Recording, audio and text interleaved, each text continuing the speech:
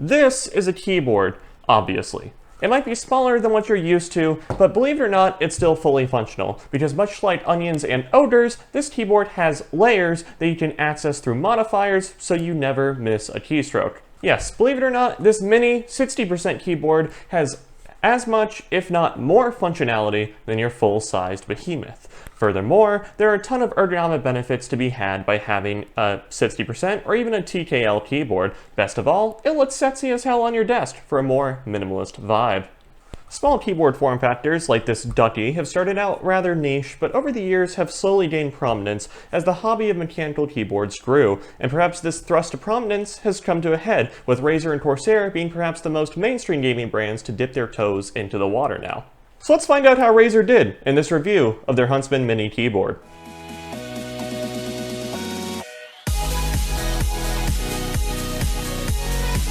So first things first, getting out of the box, you're going to get the keyboard and a braided USB-C to USB-A cable. That's the regular kind. And outside of the little paper pamphlets and maybe some stickers that Razer threw in, that's pretty much it. This is obviously the Mercury White edition, but it also comes in black. I suppose the next obvious place to go is the looks of the keyboard. I think there's no denying it looks damn good, and I'm a huge fan of Razer's Mercury White aesthetic. The drops of silver providing a nice mute to what would be an otherwise fluorescent white.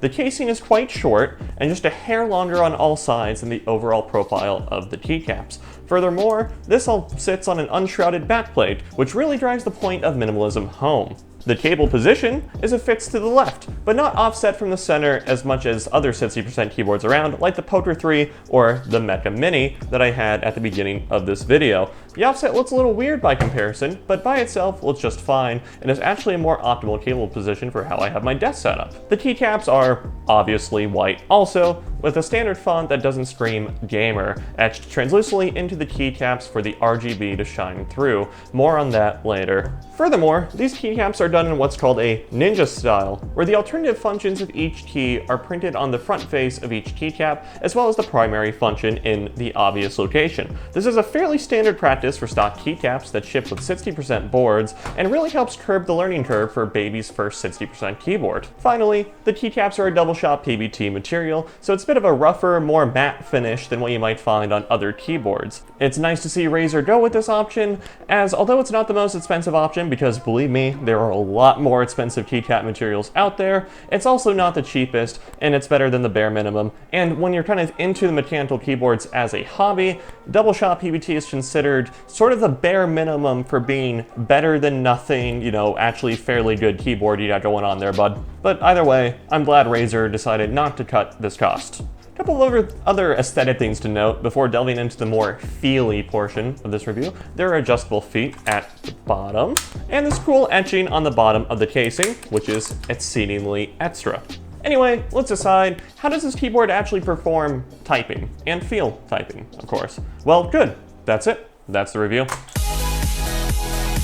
The Huntsman Mini uses Razer's optical switches, which are different from Razer's mechanical switches, as well as other mechanical switches like Cherry Mets or Gatoron. Cherry Mets Browns are a personal favorite, as they have a great feel for both gaming and typing. The novelty of the clicky sound doesn't get old like it might on Mets Blues, but I digress. But just what the hell is an optical switch anyway? Well, unlike traditional mechanical keyboard switches, an optical switch uses light to trigger the sending of an actuation signal, as opposed to metallic contact, as is common on regular mechanical switches. In Razer's case specifically, there is a tiny, fine beam of light underneath each switch, and that beam of light is being blocked by the solid parts of the switch.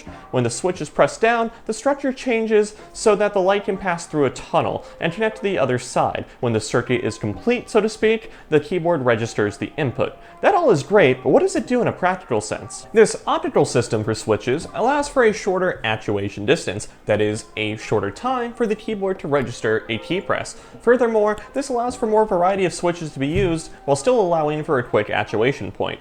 In the realm of mechanical keyboards, it's quite the long-held dogma that for purely gaming purposes, linear, short actuation switches like Cherry Mets Red or Silver are the kings when it comes to gaming. This all stems from the fact that it's incredibly easy to push those keys down, as they lack a tactile bump and or click, and they have a shorter actuation distance, meaning that the press is of course registered quicker. But let's be honest, your keyboard actuating slowly probably isn't the reason why you didn't get that winner chicken dinner. Is PUBG still popular? The optical technology allows for more variety in switch styles, while still maintaining that low actuation distance. For example, Razer now flavors their optical switches two different ways: linear, which provides a smooth experience like the aforementioned Cherry Emets Red or Silver, and clicky, which is what I have here. Clicky most resembles the tactile experience of a Cherry Emets Brown or Blue switch, and with the audible click the switches make upon actuation, the resemblance to Cherry Emets Blues couldn't be closer. Don't get me wrong, I'm not saying Razer is ripping off Cherry Emets or anything like that, I'm just providing a standard, commonly used baseline for comparison. If you're brand new to this whole thing and have no idea what the hell I'm talking about, get yourself a switch tester on Amazon. It's like $5. But, as previously mentioned, Razer's clicky optical switches on this board feel like a lighter Cherry Emets Blue, and despite being a really heavy-handed typer, I actually really like the feel of. It's a really good balance between stiffness and ease. I prefer these switches to Razer's normal mechanical green switches, and even over Cherry Emets Blues, to be quite honest. These switches come second only to Cherry Emets Browns for me personally, and it's mostly due to a silence thing. Some people like the click, I know, but bottoming out browns against a nice steel or brass backplate has a sound that's just mwah. Nice. But this leads me into my biggest gripe with this keyboard, and it's the construction quality of the backplate and casing. While the backplate is a very thin and light aluminum, the casing is unapologetically plastic, despite Razer claiming otherwise. This obviously makes the keyboard exceedingly light, which I guess helps with portability, but realistically just cheapens the feel overall. Despite the rubberized feet, I feel like if there was a time I'd ever be getting too into a game of CSGO, the keyboard would be flying all over my desk. Furthermore, the sound and feel of the keys bottoming out against the plastic backplate isn't the prettiest, which is why I'm glad they are clicky switches to sort of help mask the sound. Finally, the stabilizers on the larger keys are, well, not very stable. While it was never a severe detriment to the functionality or typing, it's obvious Razer cut corners in this regard, which leads me into pricing. To be fair, Razer did really well in their cutting costs on this thing. It's clear that the optical switches still have some degree of tax to them, so things like a cast aluminum or steel casing and a better backplate would have jacked the price way up. The Huntsman Mini plots in at $120 USD. This is an incredibly competitive price point, as considering some of its competition from more quote-unquote established, speaking in terms of the small keyboard space, brands like Ducky and Vortex also clock in at the same price point of $120 with their competitive offerings. However, there's one almost crucial point that Razer edges out these other aforementioned brands in, and that is their customization experience for things like RGB and key programming.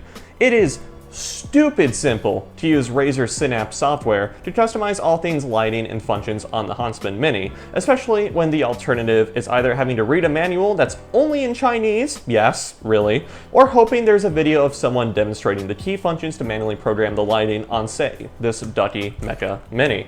This massive bonus to the user experience is what fully sold me on the Huntsman Mini. While Synapse might not be the greatest software around, it is still a lot better than the alternatives, because again, the alternative is you having to know Chinese. So I guess this leads into my concluding thoughts. The Razer Huntsman Mini is an excellent offering for those wanting to jump into the more niche mechanical keyboard space and form factors. It provides an above average typing experience, and despite some corners being cut, the out-of-the-box user experience is nearly unbeatable at this price point and for what you get. I wouldn't hesitate to recommend this board to anyone, and I will probably be daily driving it until my GMMK and associated parts gets here. More on that later. And with that, that's going to do it for this review. Make sure to like the video, subscribe for more tech content, and hit the notification bell. Follow us on Twitter at tech_4_thought, and if video games are more your thing, check out our affiliate, cultureofgaming.com, for all the latest gaming news, reviews, and opinion pieces.